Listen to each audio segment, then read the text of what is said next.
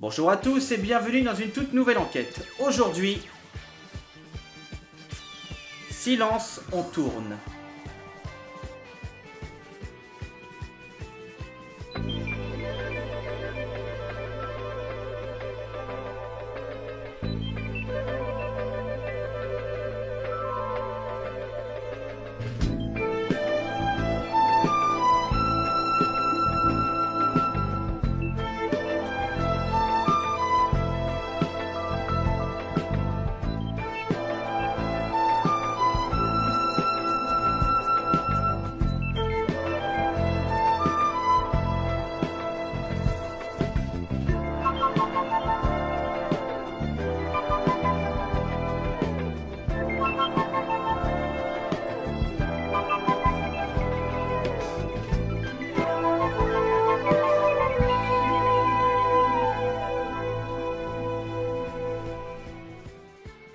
Le président contacte le capitaine Flamme car il soupçonne John Valdine, un entrepreneur qui dirige plusieurs sociétés, de vouloir s'approprier une mine de diamants après plusieurs refus de vente de leur part.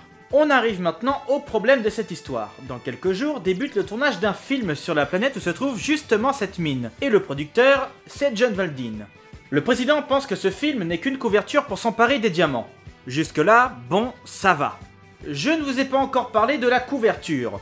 Ce film est une adaptation des aventures du Capitaine Flamme. Curtis va se faire passer pour un cascadeur-acteur en tant que Capitaine Flamme. Il va donc jouer son propre rôle au cinéma en ayant un comportement de gros débile profond à chaque fois qu'il va apparaître, en faisant genre de ne pas savoir tenir un pistolet, trébucher comme une banane sur n'importe quel obstacle, et se plaindre toutes les secondes. Je suis vraiment désolé, mais cette histoire ne passe absolument pas du tout. Et je sais qu'en dehors du film, il y a une histoire sérieuse. Mais Flamme, qui joue son propre rôle en mode débile, j'ai peur d'une arme en plastique, on dirait un épisode de Monk. Alors, vu que cette histoire nous prend pour un débile et tu es affligé devant le comportement de Flamme, je vais faire aucun effort. Le film est réellement une couverture, il veut ses diamants, seulement ils sont protégés par des Stasiens, qui sont un peuple qui refuse la technologie et refuse de se battre. Ils ont toujours refusé de lui vendre les diamants, et en plus ils ont un traité toujours actif interdisant l'exploitation de ces mines. Mais comme Valdine est un homme riche, donc méchant, il va réussir à les voler tout en rendant ça légal. Mais il va se faire tuer par son complice avant qu'il ne meure lui aussi piétiné comme une chaussette. Je vous l'ai dit, je ferai aucun effort. Je vais vous expliquer pourquoi ça me plaît pas du tout ce voyage. La série Capitaine Flamme n'est pas une série comme les autres. La quasi-totalité des anciennes séries, tout comme celle d'aujourd'hui, ils ont tous des épisodes inutiles, qui ne servent qu'à combler. Mais quelquefois, il y a des épisodes importants qui suivent la trame narrative de base. Par exemple, Ulysse 31, qui est une bonne série. Si on vire les épisodes inutiles pour ne garder que ceux qui vont vraiment l'aider à retrouver le chemin de la Terre, eh ben il y en a à peine 10 sur les 26 qui sont vraiment utiles. Le reste, ce ne sont que des épisodes juste pour être des épisodes, du remplissage. Autre exemple, Jace et les Conquérants de la Lumière, qui est une série beaucoup trop longue! 65 épisodes!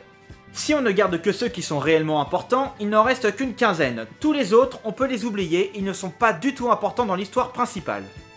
Autre exemple, si on prend Cobra. Oui, je sais, encore, mais bon, on va prendre Cobra. Là, on se rapproche un peu plus du style de Flamme.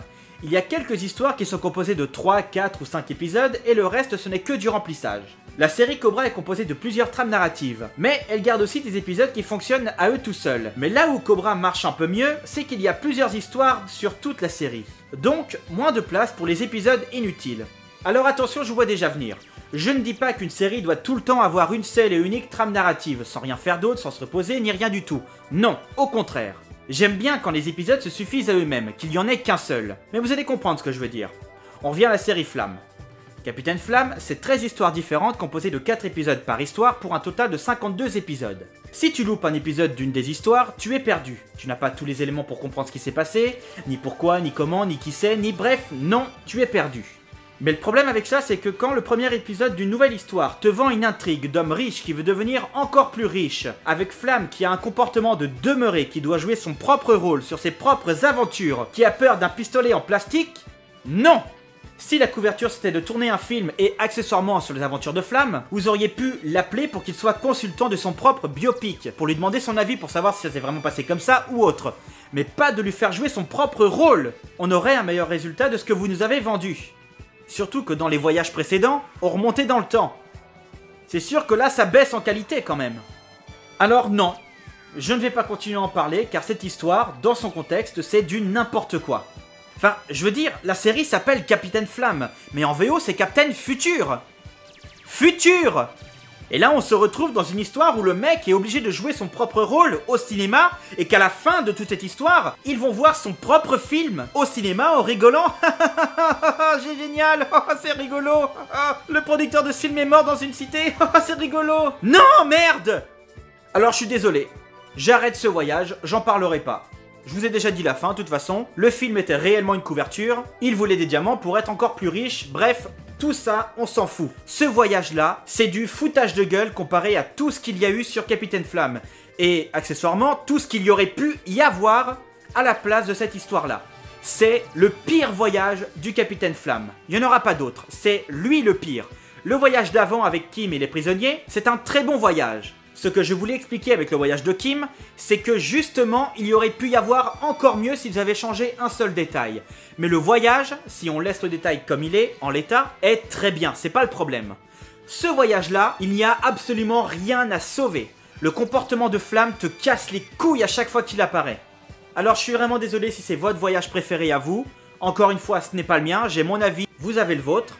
Je vous exprime le mien, je ne dis pas que si vous avez aimé, vous êtes débile, et c'est pas parce que moi je n'ai pas aimé que je suis débile ou que je dis de la merde. J'ai mon avis, vous avez le vôtre. C'est tout ce que j'avais à dire sur ce voyage.